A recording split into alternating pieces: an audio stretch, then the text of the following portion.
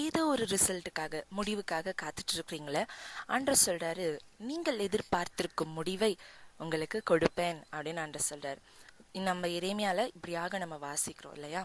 இன்னைக்கு நீங்க எதுக்காக காத்துட்டு இருக்கீங்க, எந்த முடிவுக்காக நீங்க வெயிட் பண்ணிட்டு இருக்கீங்க அப்படின்னு எனக்கு தெரியாது. ஆனா உங்களுக்கும் ஆண்டருக்கும் மட்டும்தான் தெரியும் என்ன நடந்துட்டு இருக்கு அப்படின்னு சொல்லிட்டு.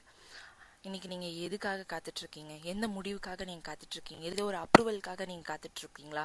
இன்னும் இந்த ரெகக்னிஷன் எனக்கு இன்னும் வந்து சேரலையே, இந்த அப்ரூவல் எனக்கு வந்து சேரலையே, இன்னும் இந்த காரியம் வந்து எனக்கு நடக்கவே இல்லையே, நான் இவ்வளோ சஃபரிங்ஸை நோக்கி போயிட்டு இருக்கேன், என்னுடைய ஃபினான்ஷியலாக எனக்கு எந்த ஒரு ஸ்டெபிலிட்டியுமே கிடையாது, எனக்கு ஸ்ட்ரென்த் இல்லை, எனக்கு ஒரு எந்த ஒரு பீஸும் இல்லை, எனக்கு எந்த ஒரு சக்ஸஸுமே இல்லை அப்படின்னு நீங்கள் நினச்சிட்டு இருக்கீங்களே, ஆண்டவர் சொல்கிறாரு, நீ எதிர்பார்த்துட்டு இருக்கிறல ஒரு முடிவு, அந்த முடிவை நான் உனக்கு கொடுப்பேன் அப்படின்னு சொல்கிறாரு.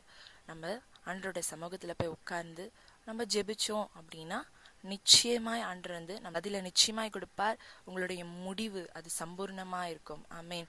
நம்ம ஆரம்பம் அது அற்பமாக இருக்கும், ஆனால் முடியும் போது அது எப்படி இருக்குமா, சம்பூர்ணமாக ஒரு கம்ப்ளீட்டாக ஃபுல்ஃபில்டான ஒரு பிளெஸிங் ஆண்டவர் வந்து உங்களுக்கு கட்டளையிட போகிறாங்க. ஸோ அதனால் கவலைப்படாதீங்க. இதை குறித்தும் ஆண்டவர் சொல்கிறாரு, நிச்சயமாகவே முடிவு உண்டு தான், உன் நம்பிக்கை வீண் போகாது அப்படின்னு சொல்றாரு. நீ நம்பிக்கையோட ஜெபம் பண்ணுமா அப்படின்னு சொல்றாரு. ஸோ ப்ரே, நீங்கள் ஜெபத்தை விட்டுறாதீங்க, உங்களோட நம்பிக்கையை விட்டுறாதீங்க.